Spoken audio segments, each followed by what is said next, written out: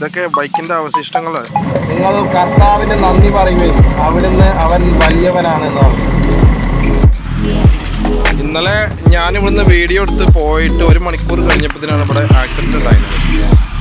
നമ്മളെ സ്ഥലത്ത് തന്നെ.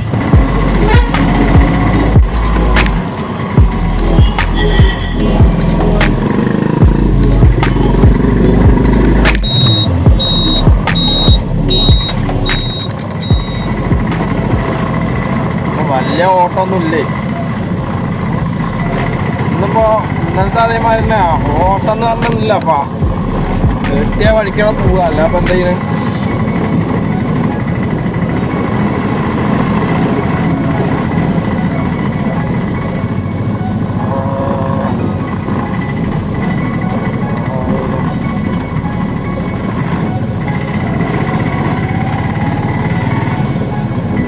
വെയിലിന് നല്ല ചൂടുണ്ട്. മഴ വെച്ചാൽ പെയ്യണില്ല. 7 മണിക്ക് തന്നെ വെയില് നല്ല ചൂടാണ്. കാലാവസ്ഥയൊക്കെ മാറാൻ പോവല്ലേ ഇനിയിപ്പോ.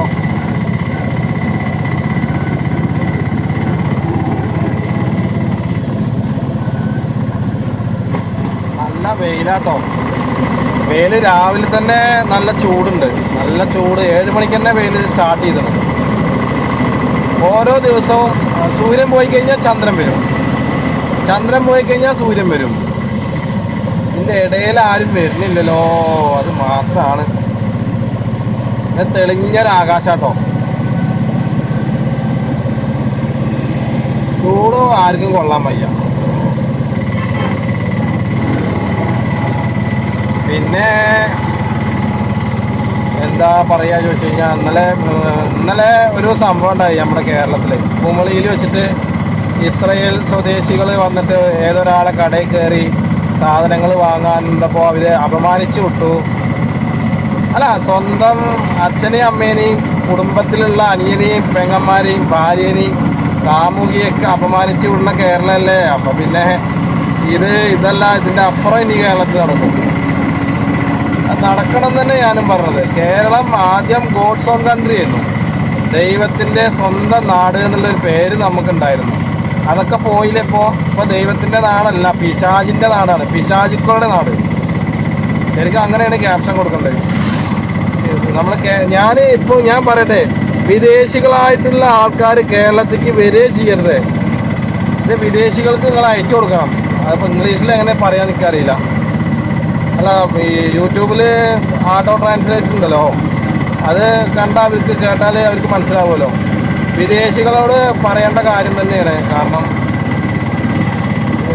നന്നാവാൻ പോവാത്ത രാജ്യം, നാട് ഉണ്ടെങ്കിൽ കേരളം മാത്രമാണ്. അതായത് അമ്മച്ചി നടന്നു വരുന്നത്.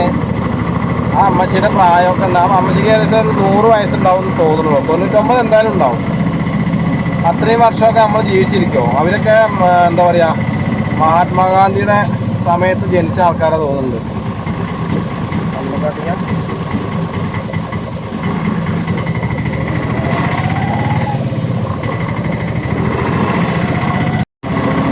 എവിടെയും ആളില്ല, എന്താ ചെയ്യുക?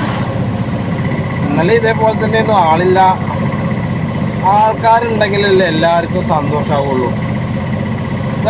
ഇവരൊക്കെ എവിടെ പോയിട്ടാണ് ഒളിച്ചിരിക്കുന്നത്? അതപ്പോൾ ഞാൻ അങ്ങനെ ആലോചിക്കുന്നത്. നിങ്ങൾ കർത്താവിന് നന്ദി പറയുകയും അവിടുന്ന് അവൻ വലിയവനാണ് എന്ന് പറഞ്ഞു. ദൈവത്തിന് നിങ്ങൾ എപ്പോഴും നന്ദി പറയണം കേട്ടോ. അതിനിപ്പോൾ കൂടുതൽ ആൾക്കാരെ എന്താ ചിന്തിക്കുന്നത് അറിയോ? നന്ദി ഇല്ലാത്ത ലോകത്താണ് ജീവിക്കുന്നത്. നന്ദി പറയാനും കൂടി മടിയാണിപ്പോൾ. അതും കൂടി പറയാലോ. താങ്ക്സിൽ എന്തൊക്കെ ഉണ്ടെന്ന് അറിയോ? എന്തൊക്കെ മോട്ടിവേഷൻ ഉണ്ട്. നമ്മുടെ ചിന്ത ഉണരുന്നൊരു സംഭവം കൂടിയാണ് ഈ നന്ദി, താങ്ക്സ് എന്ന് പറയുന്നത്.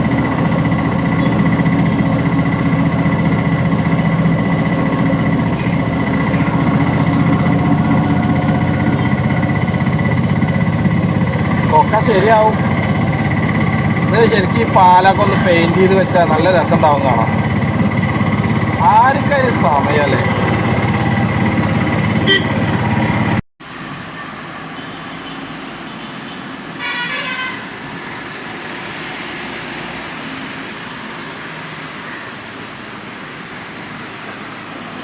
ഇവിടെയൊക്കെ ശരിക്കൊരു മണ്ണാർക്കാടിനൊക്കെ ഉപയോഗപ്പെടുത്താൻ പറ്റിയൊരു സ്ഥലം കൂടിയാണ് ഈ നമ്മുടെ പഴയ നെല്ലിപ്പുഴ പാലം.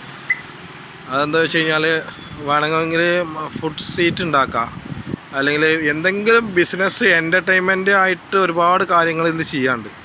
ഇതിങ്ങനെ പുരാവസ്ഥയായിട്ട് കിടക്കണം. എന്നാൽ പിന്നെ ഇത് മൊത്തം പെയിൻ്റ് അടിക്കുക. അതിന് മുന്നേ കാണിച്ചിട്ടുണ്ടായിരുന്നു. പക്ഷെ ഇതൊക്കെ ഇങ്ങനെ കിടക്കുമ്പോൾ കാണുന്നവർക്ക് ഉണ്ടാവും ഇതെന്താ അങ്ങനെ, മണ്ണാർക്കാട് എന്തെങ്ങനെ, മണ്ണാർക്കാടത്തെ അധികാരികൾ എന്തെങ്ങനെയാണ്. ഇതൊരു പുരാവസ്തു അല്ലെങ്കിൽ വേറെ എന്തെങ്കിലും രീതിയിലാക്കി കൊടുത്താൽ നല്ല രസമാണ് കാണാൻ. ആൾക്കാർക്ക് ഇപ്പോൾ എൻ്റർടൈൻമെൻ്റ് അല്ലേ ആസ്വദിക്കുന്നത് എല്ലാവരും. അപ്പോൾ അതും കൂടി ഇത് വേണമെങ്കിൽ ഉൾപ്പെടുത്താം. ഇത് റിബിറ്റിനൊന്നും ഒരു കുഴപ്പം പറ്റിയിട്ടില്ല കേട്ടോ. വേണമെങ്കിൽ നമുക്ക് ഇതൊക്കെ പെയിൻ്റ് അടിച്ച് നല്ല ഭംഗിയായിട്ട് ഡിസൈൻ ചെയ്തിട്ട് കൊടുക്കാം. ആ അപ്പുറത്തെ പോണവർക്കൊരു എൻ്റർടൈൻമെൻ്റ് ആവുമല്ലോ. ഇന്നലെ ഞാനിവിടുന്ന് വീഡിയോ എടുത്ത് പോയിട്ട് 1 മണിക്കൂർ കഴിഞ്ഞപ്പോഴത്തേനാണ് ഇവിടെ ആക്സിഡൻറ്റ് ഉണ്ടായിരുന്നത്. അതാ നമ്മളെ സ്ഥലത്ത് തന്നെ. ഇതൊക്കെ ബൈക്കിൻ്റെ അവശിഷ്ടങ്ങൾ, സീറ്റ് ഇതൊക്കെ പോയിരുന്നപ്പോൾ പിന്നെ ബൈക്ക് ഓടിച്ച ആൾ അത്യാവശ്യം നല്ല ലെവലിലായിരുന്നു എന്നാണ് പറഞ്ഞത്. കുറേ സാധുക്കളാണ് പിന്നെ ഇങ്ങനത്തെ അപകടത്തിൽ പെടുക. നല്ല അടി അടിച്ചിരുന്നു. ഗിയറിൻ്റെ ഷാഫ്റ്റൊക്കെ പോയിരുന്നു, കിക്കർ ഷാഫ്റ്റൊക്കെ പോയിരുന്നു. ബൈക്കുകാരൻ നല്ല പരിക്കുണ്ടെന്ന് പറയുന്നു. അല്ല, ചില ആൾക്കാർ ഇങ്ങനെ പോയാൽ ചാവ് തന്നെ വേണം. ഇവിടെ കുഴി കണ്ടോ? അതായത് ഈ പോക്കാണ് പോയിട്ടുണ്ടാവുക. കാരണം ഇതവിടെ ഓട്ടോറിക്ഷയുടെ ഒരു ടയർ ചവിട്ടിയതിൻ്റെ കറുത്ത പാടുണ്ട്. അപ്പോൾ ഈ ഓട്ടോറിക്ഷ ഈ ഗുഡ്സ് ഇങ്ങോട്ട് കയറി പോയിട്ടുണ്ടാവും. അപ്പോൾ ബൈക്കുകാരത് ഇതിൻ്റെ ഇടയിൽ വെച്ചിട്ടാണ് അടിച്ചത്. ഇവിടെ വരയൊക്കെ കാണാം, വരയും കൂറിയൊക്കെ കാണാനുണ്ട്, രക്തമൊന്നും കാണാനല്ല. അപ്പോൾ അയാൾക്ക് അത്യാവശ്യം പരിക്കുണ്ടെന്നാണ് പറഞ്ഞത്. പിന്നെ എന്താ പറയുക, നിന്ന് കൊടുക്കാനേ ക്ഷമല്ല ആർക്കും. ഒക്കെ കറക്റ്റാണ്. അവിടുന്ന് ഇങ്ങടായാലും ഇവിടുന്ന് അങ്ങടായാലും. ഇവിടെ കുറച്ചു നേരം നിന്ന് കഴിഞ്ഞാൽ മനസ്സിലാവും. നിൽക്കാൻ ആർക്കും ഇതില്ല, നിൽക്കണം എന്നല്ല പറഞ്ഞത്. ഏകദേശം നിന്ന് കഴിഞ്ഞാൽ വണ്ടിയുടെ സ്പീഡ് ഇവിടെ കറക്റ്റായിട്ട് അറിയാം. ശരിക്കും ഇവിടെ ഒരു സ്പീഡ് ബ്രേക്കർ വേണം. സ്പീഡ് ബ്രേക്കർ ഉണ്ടെങ്കിലാണ് പിന്നെ ഇവിടുത്തെ സ്പീഡും കാര്യങ്ങളൊക്കെ കമ്മിയാവുള്ളൂ. അപ്പോൾ ഇവിടെ അത് നമ്മൾ എത്ര പറഞ്ഞു കൊടുത്തിട്ടും കാര്യമില്ല. പിന്നെ അവരങ്ങനെ പോവാച്ചപ്പോൾ നമുക്ക് എന്താ ചെയ്യാൻ കഴിയാം. ബൈക്കുകാരന് അത്യാവശ്യം നല്ല പരിക്കുണ്ട് എന്നാണ് പറയണത്. ബൈക്കിൻ്റെ കോലവും അതൊക്കെ കാണുമ്പോൾ. പിന്നെ ആ ഗുഡ്സിൽ മറ്റേ ഈ സൈഡിൽ ഒതുക്കുന്ന ഒരു മരക്കം.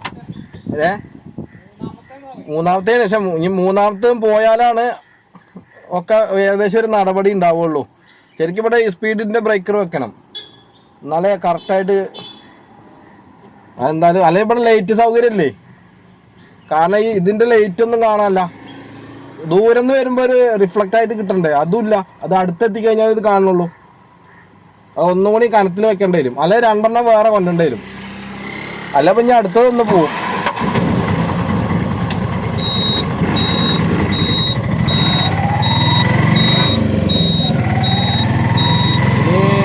പോട്ടെ, അടുത്തത് ചിലപ്പോൾ ഒന്ന് പോകാൻ ചാൻസ് ഉണ്ട് കേട്ടോ. കാരണം ഇത് ഡേഞ്ചർ ഏരിയയാണ്, ഡേഞ്ചർ സ്ഥലമാണ്. പിന്നെ അവരങ്ങനെ പോവച്ചപ്പോൾ നമുക്ക് എന്താ ചെയ്യാം. നമ്മളിപ്പോൾ എൻ്റെ മുന്നിൽ പോണ ആള് എല്ലാ റോഡിൻ്റെ എല്ലാ കാര്യങ്ങളും അറിഞ്ഞിട്ടും അവർക്ക് അതിനെപ്പറ്റി അറിയാം. അപ്പം ന്യൂസിലും ഇതിലൊക്കെ നമ്മൾ കാണുന്നതാണ്. ഇവിടെ പന്നി ആദ്യം അടിച്ചിട്ട് അല്ലെങ്കിൽ പന്നീനെ അടിച്ചിട്ട് 2 പേരും മരിച്ചു എന്നറിയാം. അവിടെ അങ്ങനെ എത്ര സ്പീഡിൽ പോകണമെന്ന് അവർക്കറിയാം. പക്ഷെ എന്നാലും പോവുകയാണെങ്കിൽ ഇതിൻ്റെ പണിയിലെന്താ കാര്യം.